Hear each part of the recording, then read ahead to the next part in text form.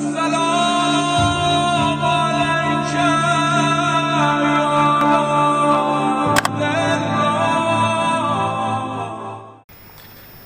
گرامی، میں نے خطبہ فدا کیا، میری حالت آپ کو شاید آواز سے اندازہ ہو گیا ہو، اچھی نہیں ہے، جو مطالب پیش کروں اسے قبول فرمائیے گا۔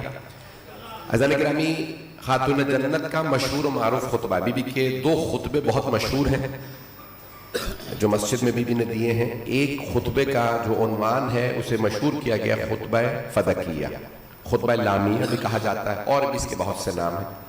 اہل بیت علیہ السلام نے تاکید کی ہے اپنے بچوں کو یہ خطبہ یاد کرواؤ، جیسے قرآن حفظ کرتے ہو، جیسے قرآن کے چند سورے حفظ کر لیتے ہو، اپنے بچوں کو کہتے ہو سورہ فاتحہ حفظ کرو، سورہ اخلاص، سورہ انا انزلنا، آیت الکرسی، یہ چند سورے، ویسے ہی ہماری دادی کا یہ خطبہ بچوں کو حفظ کرواؤ۔ اور اگر سارا خطبہ حفظ نہیں کروا سکتے تو بی بی کے چند جملے ضرور حفظ کرو۔ البتہ خطبہ طویل ہے، 18 صفحوں پہ ہے،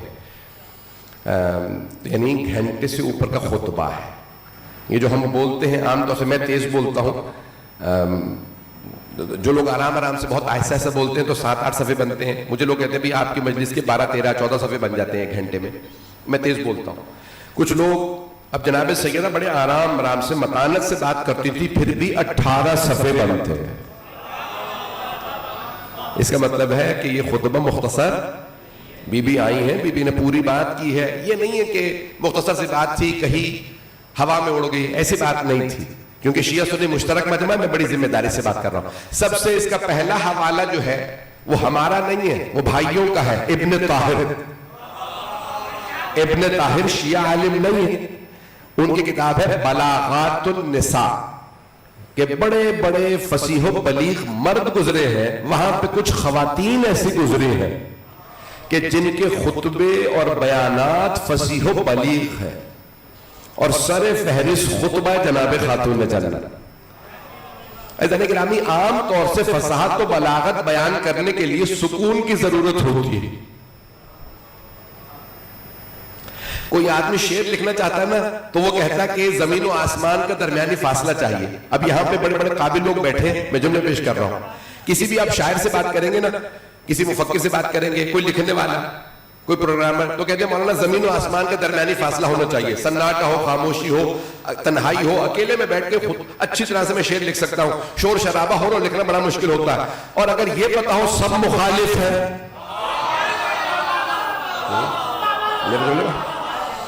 اور وہاں بھی ایسا خطبہ دے کہ آج تک لوگ غم بخود ہیں، یہ خطبہ سوچ کے لکھا ہے، یا بی بی مسجد میں پردہ دار بی بی آ کے اپنا حق مانگ رہی ہے اور اس طرح سے خطبہ دیتی ہے کہ ہر آدمی سوچ رہا ہے اتنا فصیح و بلیغ خطبہ دینا ناممکن ہے۔ ابن طاہر کا انتقال ہوا 280 ہجری میں، 280 ہجری میں، اور اب چل رہا ہے 1447۔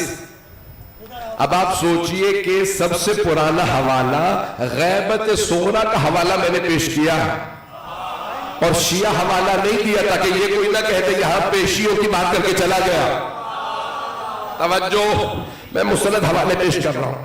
تو عزیزان گرامی، ابن طاہر نے لکھا کہ خاتون جنت نے خطبہ دیا۔ اب خطبہ شروع ہوتا ہے، 2 جملے شروع کے سن لیجئے، پورا خطبہ تو عشرہ میں نے پڑھا ہے اور مکمل نہیں ہوا۔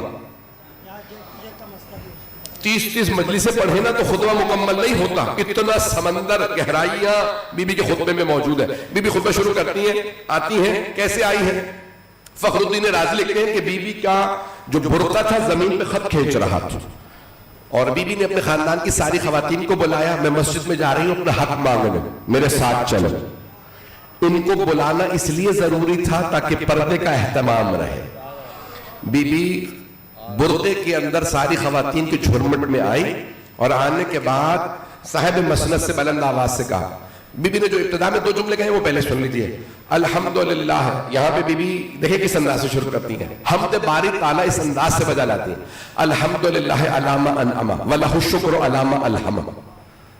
تمام حمد و ثنا، تمام تعریفیں اس خدا کی جس نے وہ نعمتیں جو ہمیں دی ہیں، توجہ، جو نعمتیں وہ جو ہمیں دی ہیں کسی کو نہیں دی، وَلَهُ الشُّكْرُ عَلَى مَا أَلْهَمَ، اور اس اللہ کا شکر کہ اس نے جو ہم پہ الہام کیا، وہ کسی پہ الہام نہیں کیا، یعنی جو ہم کہتے ہیں وہ کوئی نہیں کہتا، جو ہمارے پاس نعمت ہے وہ کسی کے پاس نہیں۔ عزیزان گرامی، کچھ لوگ تخت پہ بیٹھ کے بھی پتہ نہیں لوگ پہنچ رہے ہیں یا نہیں، اور کچھ لوگ زمین پہ کھڑے ہو کے بھی باعزت ہے۔ حسین ابن علی کا سر تشت میں رکھا تھا، تشت میں پڑے سر پہ ہر آدمی سلام کرتا تھا، یزید تخت پہ بیٹھا تھا، ہر آدمی لعنت کر رہا تھا۔ میرے جملے پہنچ رہے ہیں نا؟ سلامت رہے میرے بچے، یہ میرے بزرگ، میرے بھائی، میرے جملوں کو غور سے سنیے گا۔ تو گرامی ابھی بھی یہاں سے شروع کرتی ہے، اور ایک مرتبہ حمد باری تعالیٰ میں توحید بیان کرتی ہے۔ توحید جو بی بی نے بیان کی ہے کوئی بیان کر ہی نہیں سکتا۔ پھر اس کے بعد بی بی کہتی ہے پورے عرب میں تاریکی چھائی ہوئی تھی، پورا پڑھو۔ بی بی فرماتی ہے عرب میں، حجاز میں، سعودی عرب میں تاریکی چھائی ہوئی تھی، ظلمتیں تھیں، ظلمت کہتے ہیں تاریکی کو، اندھیرا تھا۔ اللہ نے اندھیرے میں ایک نور بھیجا، نور کا نام محمد تھا۔ بی بی فرماتی ہے اللہ نے میرے بابا کے نور کو بھیجا، ساری ظلمتیں چھٹ گئیں جب میرے بابا تشریف لائے۔ بی بی فرماتی ہے اللہ نے میرے بابا کے نور سے ہدایت کا ایک علم بلند کیا، اور سارے مجمع کی توجہ میرے ساتھ رہے۔ تو اللہ نے میں کہیں بھی سب نہیں ہو رہا، مجمع میرے ساتھ رہے۔ بی بی نے فرمایا اللہ نے ہدایت بھیجی، میرے بابا پہ قرآن نازل کیا، میرے بابا نے قرآن ایسے پہنچایا جیسے کہ قرآن پہنچانے کا حق تھا۔ میرے بابا نے قرآن پہنچا دیا، اور عرب کے بھیڑیے، ذئب کہتے ہیں بھیڑیے کو،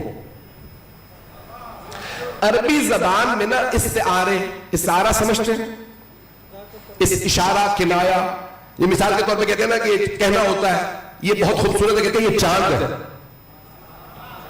عربی میں طبیعت سے، نیچر سے اور جانوروں سے ہر بات میں تشبیہ دی جاتی ہے۔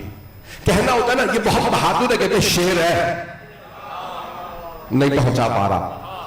کہنا ہوتا ہے نا یہ ساتھ چلتے ہوئے بھی نقصان پہنچانے والا ہے تو کہتے ہیں سانپ ہے۔ کہنا ہو بڑا عیار ہے تو کہتے ہیں لومڑی ہے۔ کہنا ہو درندہ ہے تو کہتے ہیں بھیڑیا ہے۔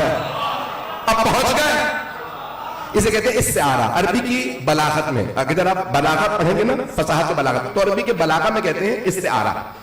تو استعارہ بی بی کہتی ہیں کہ ذئب، بھیڑیا، ذئب جمع، جب عرب کے بھیڑیے تم پہ حملہ آور ہوتے تھے، بی بی نے پہلے توحید بیان کی، اپنے بابا کی عظمت، قرآن کی عظمت، پھر اس کے بعد فرماتی ہے جب عرب کے بھیڑیے تم پہ حملہ آور ہوتے تھے تو وہ میرے ابن ام تھے، میرے چچا کے بیٹے علی تھے، جو عرب کے بھیڑیوں کے سر توڑا کرتے تھے، اور تم ایسے۔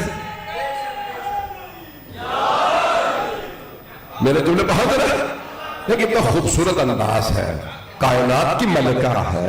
بی بی فرماتی ہے جب عرب کے بھیڑیے حملہ آور ہوتے تھے، بھیڑیے یعنی جنگجو، درندے، ظالم، کوئی مرحب آ رہا تھا، کوئی عمر ابن عبدود آ رہا تھا، پتہ نہیں لوگ ہیں یا نہیں، کہ جب سارے عرب کے بھیڑیے تم پہ حملہ آور ہوتے تھے تو تم ایسے بیٹھے رہتے تھے جیسے وہ لوگ بیٹھتے ہیں جن کے سروں پہ پرندے ہیں۔